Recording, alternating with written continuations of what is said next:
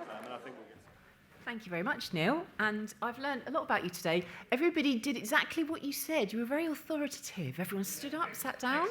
Yes, I think so. Now, we are going to introduce ourselves in a moment, but we generally find that the sort of context setting for our work is best described through our case study videos. So I'm just going to let Jack... I'm Jack, I'm 38 and I have asthma. I was diagnosed with asthma at 9 years old, and around the same age I became a carer for my mum. I think the best way to describe being a carer is to think of it as being a parent. You just do little things that you would do for your child. But yeah, sometimes it can be challenging to find time for yourself. My history of physical activity is nil, and that changed during lockdown. I discovered the We Are Undefeatable campaign, which inspired me to work out. I would say most days it could be abs exercises, push-ups. I follow YouTube tutorials, do weights and some stretches all at home. I think I know deep down that it's actually me working out and doing physical movement that's really improved my health. I think that I understand now what it is to live with something rather than live against it. Keeping active gives me my own time for self-care and also keeps my mom moving too. That's basically one of our case studies from the We're Undefeatable campaign, Jack. Oh, he's decided to play again. Why has that happened? Oh, there we are. And he sets the context for why we're here to talk to you today. My name's Michelle, by the way. I work for the Richmond group of charities. So we're a group of 12 health and social care charities that work in collaboration. And I'm also joined by Neil. Hi, so Neil Gibson, Senior Physical Activity Advisor at Diabetes UK. And I work with Michelle on a lot of the Richmond group projects and Sport England projects and so forth that she's going to talk about. Yeah, so we're here today to talk a little bit about our work, which is about how to help people with long-term conditions to be more active. And the reason why that's a really important thing for us as a group of charities is that our work is generally focused on supporting people to live well when they have health conditions. And in particular, the reason why we've joined together is because of the prevalence of people living with multiple health conditions. So actually, that's a sort of a really important point that those of you that were around earlier, Tom at Sport England highlighted that people with multiple conditions tend to be less active, even less active than those with one health condition. So that's why it's a kind of sweet spot for us and our group of charities. So reducing physical inactivity amongst people with long-term conditions is really our kind of one of our priorities, and we work with all of our member charities alongside Parkinson's UK and Mind and the MS Society with Sport England to help us to do that. So yeah, that's really why we're here, and what we want to talk about today really is just to kind of go through what we've been up to, helping people to be active, and whether or not there's anything in there for you, in particular some of the insight that we have that can help you. So one of the things that we do to help people become more active is we run a campaign called We're Undefeatable. So this is sort of one part of the work that we do. Another part is sort of policy and influencing work. And again, sort of Tom at Sport England sort of highlighted and referenced that earlier. But this is our kind of main kind of offer for people with long-term conditions. And this has been, set up really with people with long-term conditions at the heart of it. So not only has it been built upon insight with people with long-term conditions, but those people are also at the centre of the storytelling and the messaging. So JAT is one of the case studies. You can see Christine there is also another one of our case studies. And really, it's about how we change the narrative about physical activity, and we provide those kind of stories that provide inspiration to kind of hopefully give people that nudge into changing their physical activity kind of habits and behaviours. And we do that in a way that's sort of credible and authentic. So that's one of the kind of the big tools and resources that we use to support people to change those physical activity behaviours. Next slide, yeah. So just to sort of paint that picture, I suppose, of physical activity and health, I've already highlighted the prevalence of long-term conditions. So dependent on which sort of source you look at, about 40% of the population have at least one long-term condition, or it could be that 15 to 30%, again, depending on the source, have multiple health conditions, and that is on the increase. So again, there was the Health Foundation report that was highlighted earlier that's suggesting that by 2040 there will be a significant increase in the number of people with health conditions. It is becoming the norm, and not only, as Tom referenced earlier, because of the ageing population, but a whole plethora of different reasons. And that's something that we need to be working together to try to address some of the challenges, because one of the key things that's happened as a result of that is we've got a lot of people with long-term conditions that are just sort of falling behind, I suppose, in terms of being able to be active. And that's because it's really, really hard to be active when you've got a health condition. So I always think of it as a kind of a Russian doll kind of effect. So you've got some of the barriers that are kind of normally there for people in terms of like time, or opportunities to go and be active, but then you add in sort of capability kind of barriers where it's thinking about whether or not your pain, your fatigue will be increased, or whether or not your condition will worsen as a result of being active, and you really start to layer sort of quite significant barriers. So that's one of the things that's a real challenge that we sort of try to address, really, is to understand how we can reduce that kind of level of inactivity, because unfortunately you're twice as likely to be inactive. And there's a sort of interesting point here that we use the sort of active lives data from Sport England to understand the levels of inactivity, but even that isn't necessarily a kind of a perfect tool for us, because it's you've got people with long-term conditions and disability grouped together by impairments. So even the way that we're sort of measuring and measuring activity itself, so it's quite structured, the way that we measure activity at the moment. And one of the key things, I suppose, that we want to do, and I'll sort of explain a little bit more as we talk through some of our insight, is actually physical activity means so many different things to so many different people. And actually, what we really want to do is just to get people moving. That's kind of our sort of starting point, because as we found through all of the research that we've done with people with long-term conditions, it's really about sort of trying to make it a lot more realistic and achievable for people. And another kind of element, I suppose, to bring into this is just the intersectionality. I know that's a horrible jargon word, but everyone seems to understand it. So it's really, it really does sort of encapsulate the challenge that we have, in the sense that people with long-term conditions are also much more likely to be from older populations, potentially from lower socioeconomic groups, and from Black, Asian, minority ethnic communities as well. So that's something to bear in mind, that there is no kind of homogenous group of people with health conditions. There is no one-size-fits-all solution or panacea to this. Okay, so the interesting bits, rather than me just talking, are about the things that people with long-term conditions have actually said about how they want to be active, or what's stopping them from being active. And this has all come through our We're Undefeatable research. So I think this is really sort of illuminating, because it really gives you a sort of an idea of how people are coming at it, where they're at in terms of physical activity. So the idea that, some people might need an exercise buddy, that the affordability, it might be an issue, that there might be something about how people relate to the other people in the classes that they're in, whether or not they've got the sort of pain, fatigue, exhaustion, all of those kind of symptoms that I mentioned a moment ago to deal with. And then also just, perceptions of how they're going into sort of, structured sort of environments like leisure environments and classes in the community and gyms and things like that. So there's just a whole range of different things that people have told us that really have an impact on, again, sort of the messaging that we kind of use through the We're Undefeatable campaign, but also hopefully would be helpful to you guys in terms of, whoever you are, whether or not you're providing physical activity opportunities, whether you're commissioning them, whether you're talking to people in a sort of a health sort of setting, being aware that there's a level of personalisation that is required to support these people, to understand their sort of barriers, to be able to help to find the right opportunity. It's such a significant thing.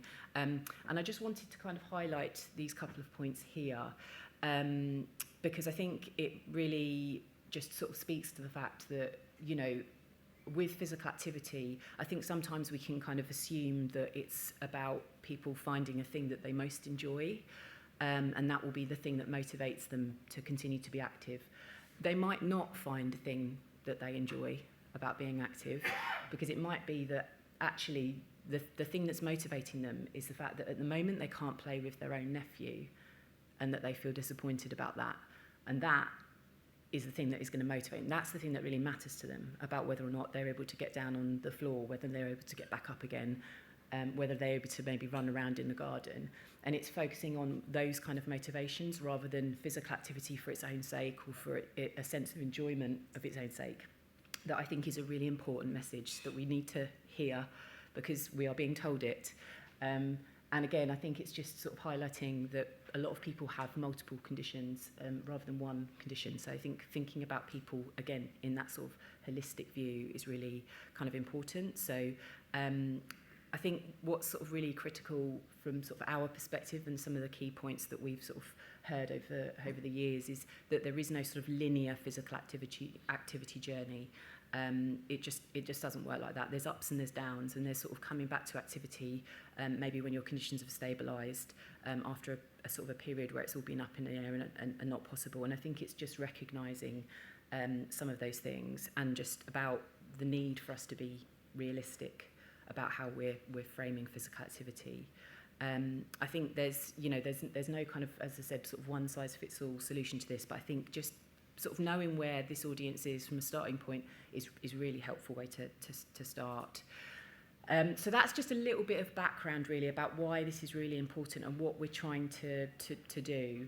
In terms of what that means for us and our work as a group of charities, our partners deliver a range of different physical activity support and services, and together we deliver the We're Undefeatable campaign.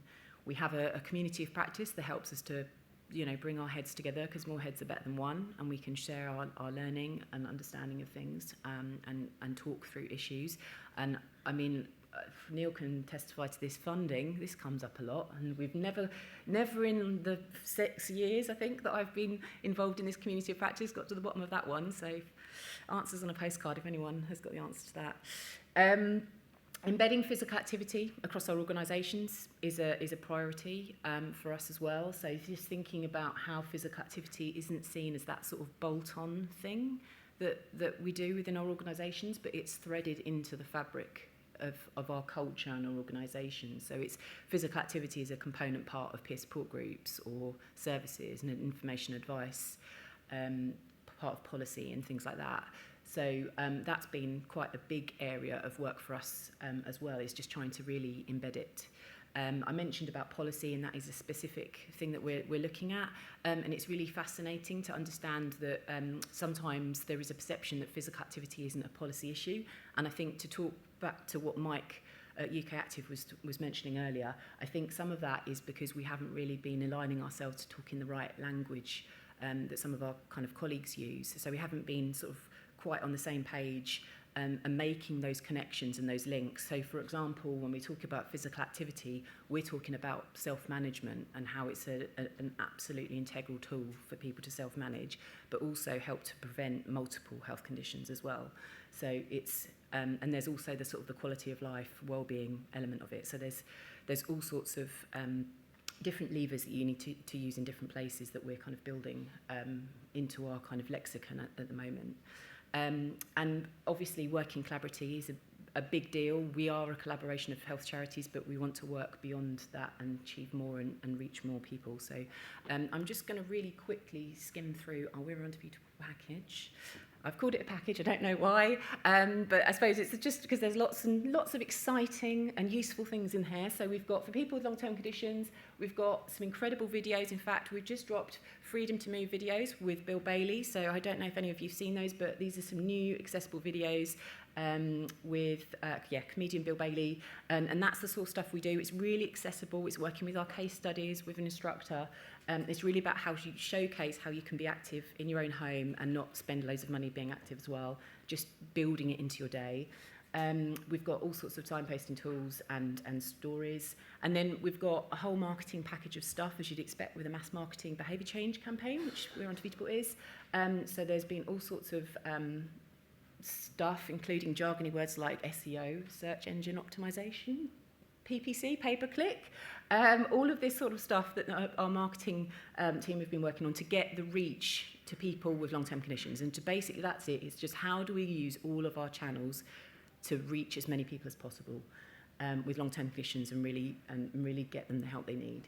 And we've got a supporters hub. So for professionals, this is where you can go and get all of the amazing images that we've got and various other assets and ideas. So it's a kind of like one-stop shop, I suppose.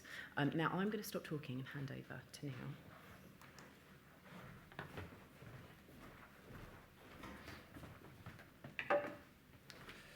Yes, I know that most people will be thinking of lunch now, so I'll try and talk as quick as I can and be really brief. Just to say what I'm about to show you is a case study from Diabetes UK. So it's just one of the projects we've done where it was a 2-year one with Sport England funding. So the idea is I'll show you some of the things we've done and some of the things we noticed and insight we got from this project. And then hopefully you might be able to get some ideas yourselves of how you might include people with diabetes or other health conditions. So there's a lot of work that was going on. This is just a quick kind of brief of that. If you've got any questions, just feel free to grab me at lunch, or I'll be around at the end as well, because I'm just conscious we might run out of time, and I'm going to try and get through things very, very quickly. So this is the main thing we did. So there was 5 different things. I'm just going to cover maybe the first 1 or 2. So the biggest thing we did was the Get Moving group. So you can see from the top here, so these were 10-week sessions where people would come along, they'd do an activity for half an hour, and then afterwards they'd have half an hour social, where that would be bringing in people from the outside who were specialists in diabetes care. So we'd have a dietitian, diabetes dietitian, who can talk about exercise, nutrition and diabetes. We'd have a podiatrist come in that can talk about exercise, feet and diabetes and so on. The reason this worked so well was because I can't underestimate the importance of having that social side. So my recommendation to you guys would be, if you're thinking of doing regular sessions, 6-week sessions or whatever, make sure you have some sort of social element to it. So the people that came along to this and stayed, and after the 10 weeks decided to meet up themselves, that was because of the social element. So because we managed to plan in half an hour, people would then say at the end of the 10 weeks, well, we're going to set up and we obviously would encourage this. People said, we'll set up a WhatsApp group where we can all meet and go on a walk together. People set up their own initiatives and said, well, because we're in the same area, we will then go and meet up and walk our neighbour's dog, and that makes more sense to do it in big numbers for safety.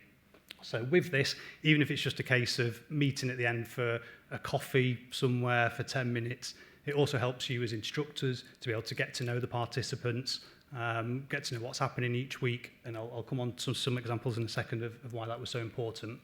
And then with the physical activity side of it, each week we had a different activity, and the idea was to use somebody from the local community who can then signpost to their sessions. So at the end of the 10 weeks, the idea, and it worked on the whole, was to have people say, well, I've had 10 different sessions, I've done indoor golf, I've done indoor tennis, I've done walking, I've done cycling and so on.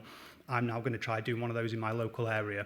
And because we used people from the local area, it meant that we know one of the biggest barriers is the fear of the unknown. I don't want to go to the leisure centre, it's going to be full of all the people in gym gear or the steroid guys, and you know, I'm not going to fit in. So we found it really helpful when we actually had somebody that could say, well, I lead the dance sessions at the local session every Tuesday night. The space is available. Why don't you contact me? Here's my email. So the 10-week sessions work really well. Obviously, the more you do, the more resource intense it is. But my main kind of insight from this would just be, and I know it's been said already today, is making things fun, making things accessible. And what I should have mentioned as well is this project was aimed at people that do less than 30 minutes a week of exercise. So that's the reason we've got so many different things going on, because one of the keys is that we found if you just try and get people one way, it's not going to work. So you need to give as many options as you can. So for a lot of our audience, turning up on the first week, if we advertise a session, and all this stuff is free, if we advertise a session and say, come to the local leisure centre, or we're going to do an online session for 10 weeks, a lot of people said, well, that's too much of a step. I don't even want to turn my camera on and start doing some exercise. So that's where the second point came in handy in terms of having a helpline advisor. So that was the first step for some people. I just need somebody to talk to, and then how that worked was roughly around 6 sessions. Some people might just need 1, some people might need 2, some need the full 6. After that, we tried to signpost to these sessions. So originally they were just going to be in-person sessions, but because of COVID, we changed them to having them online as well. Because of the success of online, we kept them going as well. So the more options you can give people, the better. So in-person works, in general, the in-person ones work better because you can get that social side. It's a lot easier to have people and get to know them and go out for that coffee and so on after the session. However, the online sessions also have a place because obviously it's a lot less resource intense. It's a lot easier to have big numbers and so on. So I'd recommend having a think about which one of those to do. There's not necessarily a correct answer, but we know in person the qualitative side is a lot better, whereas if you want quantity and numbers for your funding, the online sessions are obviously easier to work and not having to book facilities and go through all that kind of health and safety and everything else. So with the helpline, the key things from this were that works really well if you've got something like that, or there's somebody, even if it's a case of at your organisation, somebody where people can email first to find out more about your leisure centre or wherever it may be. My key point with the helpline advisor would be around making sure that that person's suitably qualified in things like motivational interviewing, behaviour change. If they're not, get them on those courses. So it's more important they know about that sort of stuff rather than physical activity. So when somebody phones, as I said with that exercise we did at the beginning, it's about keeping it simple. So someone who's completely new to exercise, nervous about doing it, they're not going to phone you and over 6 phone calls want you to give lots of advice and technical stuff about how to work out. They want more of somebody that knows how to motivate somebody, etc. I'll just quickly say in terms of content, so all these things, the idea was that they linked up. So when people phoned our helpline, we would say, well, we're going to post you our Moving More Toolkit, which was a booklet that people could do and go to our website that we'd improved. And then with that, they'd also get a copy of this toolkit when they're doing the 10-week sessions. And then obviously the helpline advisor would send people on to these sessions. If, however, somebody after the 10 weeks was still a bit unsure of whether to carry on or wanted more information or didn't know what to do, we could then send them to the helpline advisor. So these things all work together. So I suppose what I'm trying to get at is the more options people have to start doing their physical activity, the better. There's not one solution for that. In terms of the Move More Toolkit, so having a booklet or a guide or a website, the key insight there is make it accessible, but try and make it interactive. So if people just get facts, figures, graphs, they're not going to be interested at all. If people have to fill in and do diaries and so on, you'll find that you engage people a lot better. And by them having to fill in stuff about themselves and fill in a journal and so on, and I'll just show you some slides of examples of this next, we took those to these sessions, and then the coach and instructor could go through with the participants and see what they've put in their diaries and so on. It did keep people engaged and help the instructor to know them a lot better. And then finally, I won't mention this in too much depth, it's probably not for this audience, but just to say we did have funding to do a healthcare professionals conference over a couple of days, and we did a research workshop as well with academics, people with lived experience and so on, to find out what are the gaps in our knowledge. I'll just quickly mention what overall the barriers were and the motivators. So these are very similar to people with other health conditions as well. This also includes things from what we found in other projects that we've done and working for Diabetes UK in general. But we know, and again, I won't go into lots of detail because I know it's been covered already today, but we know that a lack of belief in people's own ability, they're worried. In the diabetes world, the main one is hyperglycemia, so having low blood sugar levels. People think, you know, what's the point in me exercising if I might need to have a sugary snack afterwards and so on. People are worried in terms of safety, so it's how do you make those things safer? So for us, it was how we include the diabetes experts. So after each session, as I said, we'd have a diabetes dietitian, diabetes podiatrist, diabetes nurse, and so on, and people that know about these things. This one's fairly self-explanatory, but we know in people with diabetes, quite a large number have more than one condition, so it's not just the diabetes. So one of the issues people coming to our sessions would say, it wasn't actually the diabetes that was, you know, putting them off exercising or their barrier, it was actually the fact that they had another condition. So things like arthritis was common, I struggle to walk, I'm not going to be able to keep up with everybody on the walk because of my bad knee, and so on. And then in terms of what the motivators were, enjoyment, can't stress that one enough. It always amazes me outside of this project when I see ones that people set up.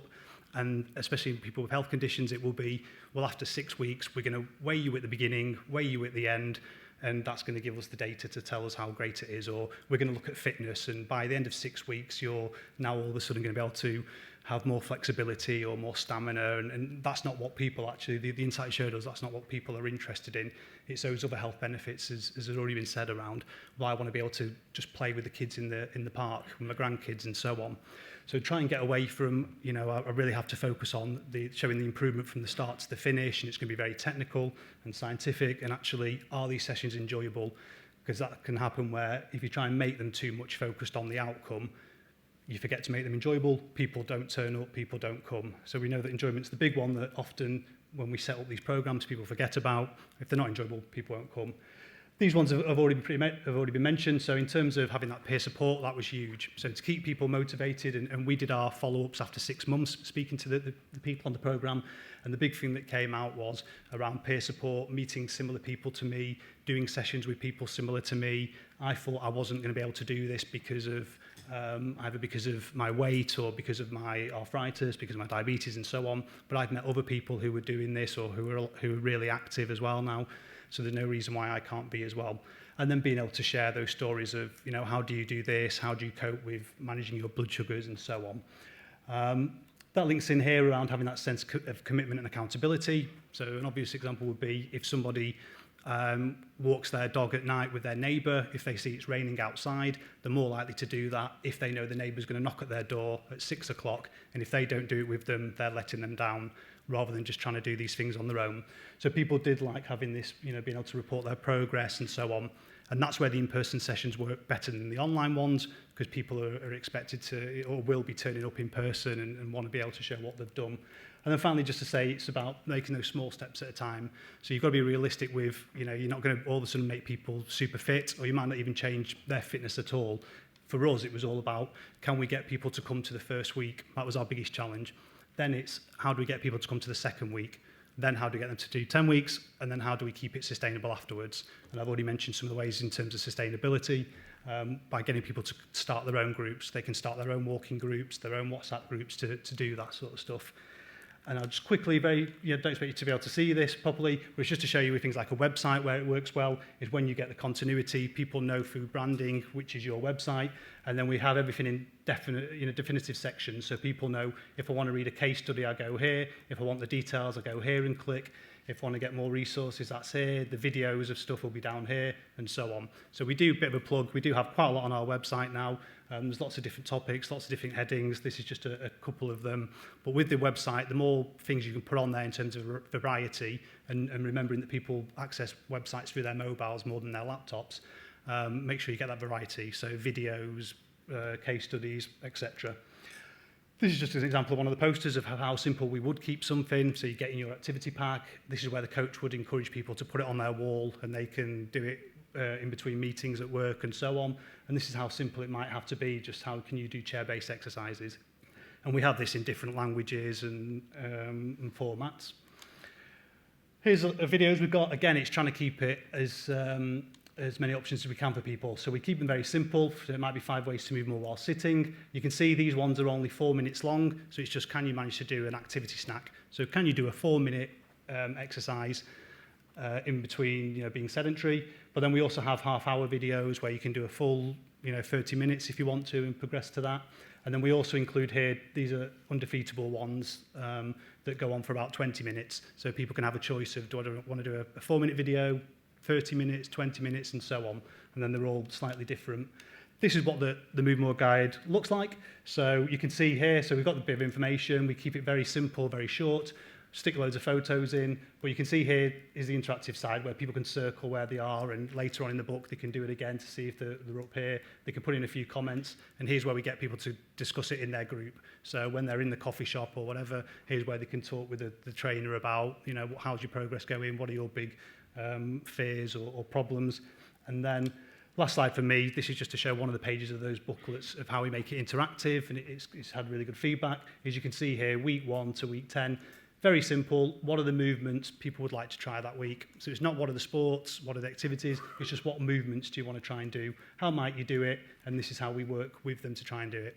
So with this, it's just a case of the more interactive you make something where people are filling in booklets rather than just reading them, you'll get much more better gains from that, better feedback. So my recommendation, would be keep things simple, or as simple as you can.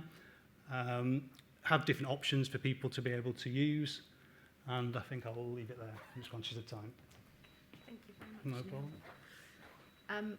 I think that there's some animations on this slide, so I'm just going to warn you now that I'm probably going to get them wrong, because that seems to be how it's going.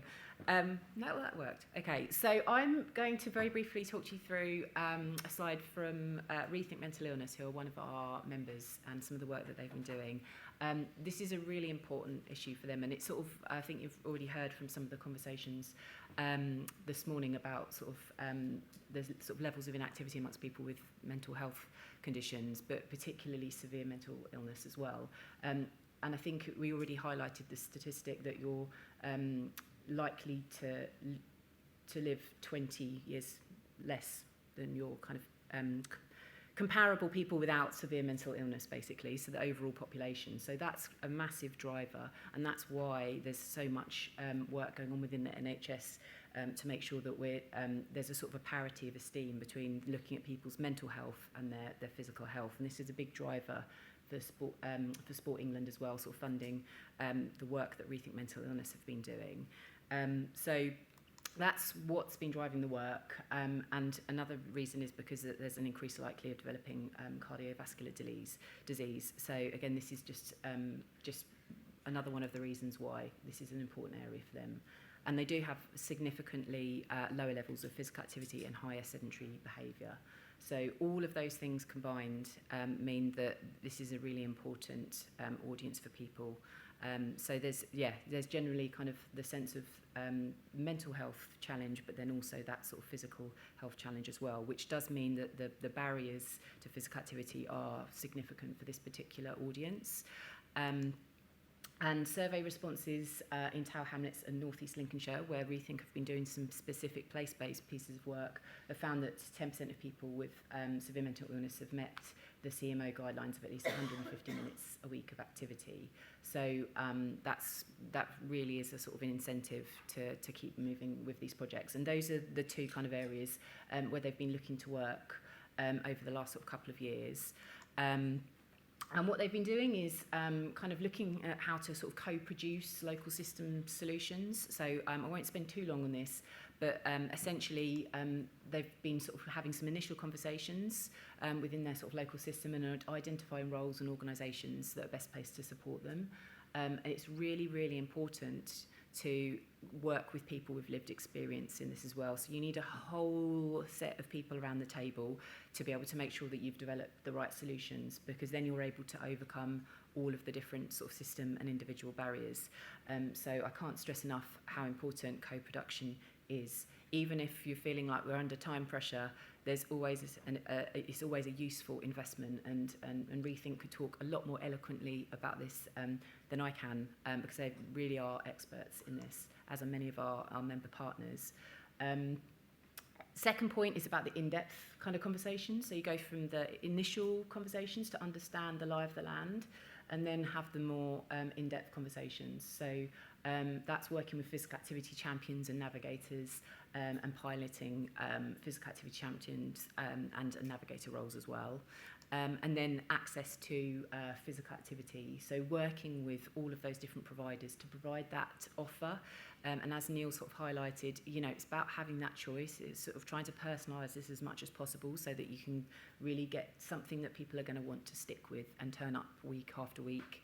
Or time after time to do. So it's, you know, supported by their sort of physical activity guide that they've given for the physical activity providers, which has given them a lot of advice about how to work with this particular audience. And that's something that we hear sort of time and again, is like, you know, how to work with people with long-term conditions. And I guess there is, as I've sort of already sort of alluded to, there isn't necessarily a sort of a magic answer to that question, but there's all sorts of things that I think we could share if anyone's interested about sort of some general kind of good practice, if anyone wants to come and talk to us. Another one of our charity partner members is also Versus Arthritis, and they've done a load of fantastic work over the last few years to develop a lot of local and digital tools. So they've got their Keep Moving booklet and poster.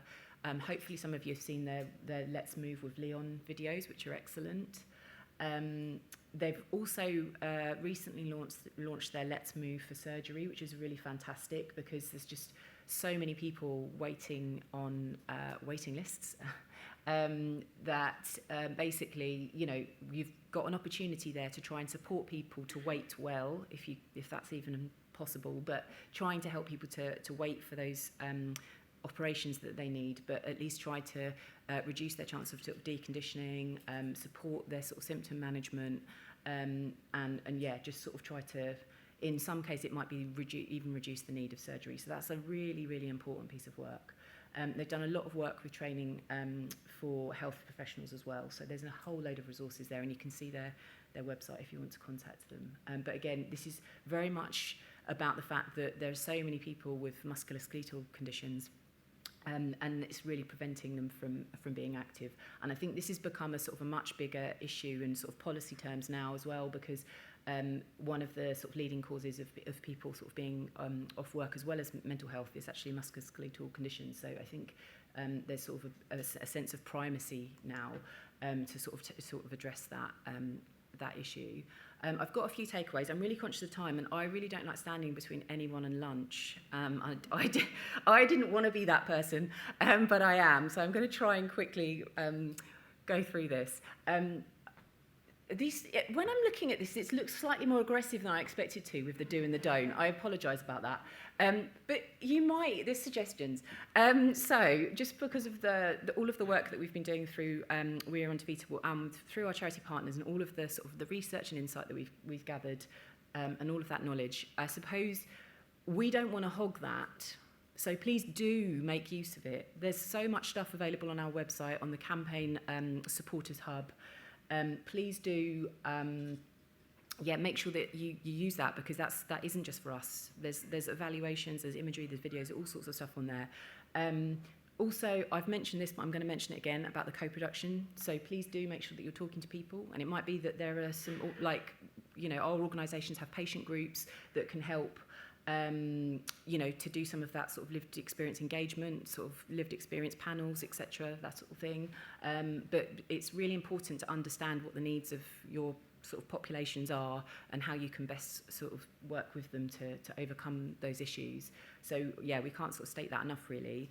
And we're very happy to work with partners, you know, to work in collaboration. I think what we sort of see is that it's so important to build trust with this audience. And having sort of more consistent messages about sort of making movement a sort of accessible and realistic thing for people is really important. So we're really keen to work in partnership with different organisations. In terms of the sort of other bits and pieces, like we've mentioned about choice and support, like Neil highlighted that having support built in is really important, and not assuming that there's a certain level of support required. I think that's a really key finding from a lot of our charity sort of projects that they've run, is that actually some people are always just going to need quite a bit of ongoing support. So it might be that you've only sort of factored in for a certain period of time, but dependent on people's sense of sort of agency and confidence, some people just need support. And it might come in different guises, befriending or a helpline advisor or a coach.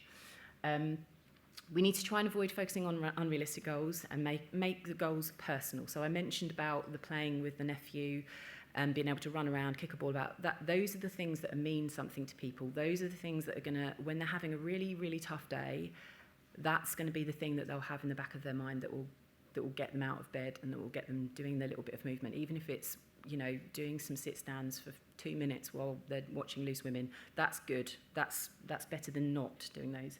And that's what we really want to see. And I think I mentioned before about assuming change is linear, because I think sometimes we sort of slip into this habit that there's like a behaviour change journey that's really nice and tidy, and it doesn't really work like that. So we just need to make sure that we're being really flexible and we're recognising that. I think we've got a bit of an ask here now. So the We're Undefeatable campaign is it's not at a crossroads necessarily, but we're at an exciting moment where we're looking to develop and evolve, and we really want to hear from all of you. about your views. How do we help people with long-term conditions to be active in the future? How could we make that campaign better? What resource could it be? We want to hear from people with long-term conditions. We want to hear from people working with people with long-term conditions. So we really encourage you, if that QR code isn't big enough for you to answer, then that's the website. You please go and select that and fill it out. I'm sure it won't take very long. And we will be playing back the findings. So, yeah, hopefully not only will we benefit from that, but we'll share those back out with you, and that will also benefit the work that you're doing. I had a little thing that I wanted to make this interactive rather than us just talk at you for 45 minutes, but it feels like maybe that's not really the mood now that we're sort of like near lunch. But I just popped this slide in because it makes me sort of laugh a little bit. Basically, the idea of this, and I'm not suggesting we're going to do this now, but please do think about this over lunch and reflect. Which person are you in the tree right now in relation to physical activity and health? I'm hoping nobody... someone put their hand up. Yeah. 15. You're 15. Where's 15? Oh, you're doing good. Yeah. Why are you 15? Everything's going well in the projects I'm working on. Yeah. The team are really good. The project's moving forward really well. I feel supported in the role I'm in. And yeah, it's looking pretty rosy. Things are moving forward. Fantastic. Kudos to you. I appreciate that. Thank you for sharing. Is anyone... I just want to say I was number 1 when I started. Oh gosh. At least you went 5. I mean... Oh, God. Yeah. I mean, you've got to start somewhere, haven't we? But this is why I know this is a bit silly, but it gets you thinking about where you are and maybe where you've been and also where you want to get to. So, yeah. I was going to get us all to have a chat about that now, but I'm really conscious that everyone's really hungry. But please do go and have a chat at lunchtime and just have a little think about this. And what is the one thing that you might do differently as a result of hearing everything that you've heard today? Again, not going to have time for questions, I don't think, but thank you so much for sticking with us and for listening today. Really appreciate it. Contact details if anyone wants them.